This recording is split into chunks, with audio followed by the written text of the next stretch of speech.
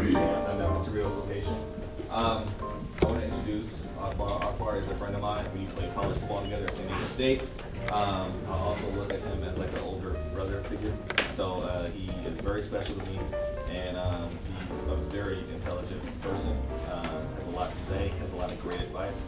So at the end, if you guys have questions, please ask away. Introduce Akbar. Again, my name is Akbar Gbaja-Biamila. Some of you guys are wondering the origin of the name. It's Nigerian. But I wanted to kind of just tell my story and the story of transition from going into career and transit from one career to another career. I grew up here in Los Angeles, went to Crenshaw High School, not too far from here, so very familiar with this area. And you know, one of the things that stands up in my mind as I go through the transition phase was going from high school to college, and growing up in an area where in the Crenshaw district, going to LA Unified School District, making it to 18 was a big thing for me, because I was like, oh wow, like, I'm not dead. That was a reality for me. That was my life. But that was another one of those aha reality moments for me, was making it to the National Football. We miss out on the things around us. I'm going to do this little drill that I like to do when we're talking about opportunities around us, because we often miss it when we're sometimes just so trapped in our own world, in our own minds. About 20 to 30 seconds. I want you to find as many things as you can, that is the color brown, starting now. I added skin tone, so I'll give you an extra 5 seconds. And how many of you guys found 100 things that were brown? How about 50? Anybody find 40? 30? Okay, we got it. Okay. How about 20? 29. Okay. 10? Close your eyes, but you gotta keep your eyes closed. Don't cheat. Keep your eyes closed. Very important to keep your eyes closed. 5? 5, okay. How many of you guys found 10 items that were... We can make it in New York. We can definitely make it in the Sahara. Coming this summer. Oh my God, look at this. It's insane. Ordinary people epic adventure yet.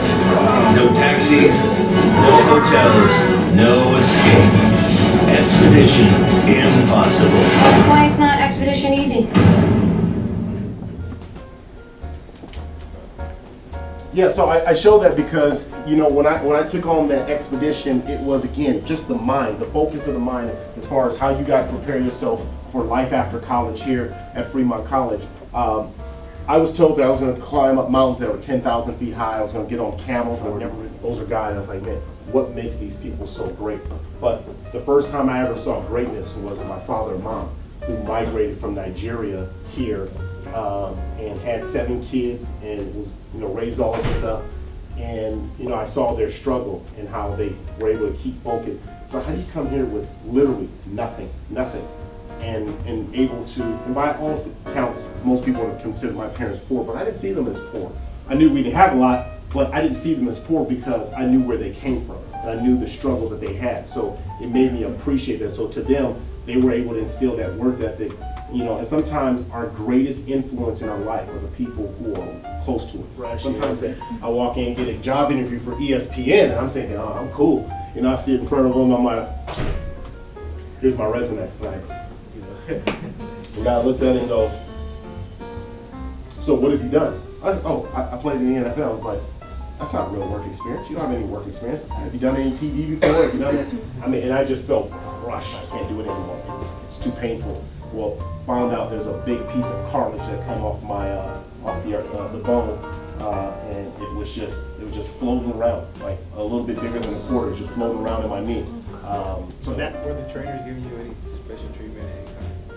special drugs. Yeah, special drugs. Yeah, we call it the T-Train Toradol. It's a painkiller that a lot of NFL players take to ages 3 years. So technically, I played 5 years. So technically, I'm 48 years old. What team do I follow? Yeah. Well, I'm gonna go. Yeah, go ahead. Yeah, I don't follow a team really. I mean, I cover the game now, I'm a big basketball fan, so I'm a Los Angeles Lakers. That's the only team that I follow. I don't know anybody else but the Los Angeles Lakers. But I'm a fan of the game, so, and then now that I cover it, I just kind of watch everybody. Yeah, I'm a fan of individuals, but I'm not a fan of like a certain team. Your brother still playing? You know, my brother retired. The challenge. Your focus.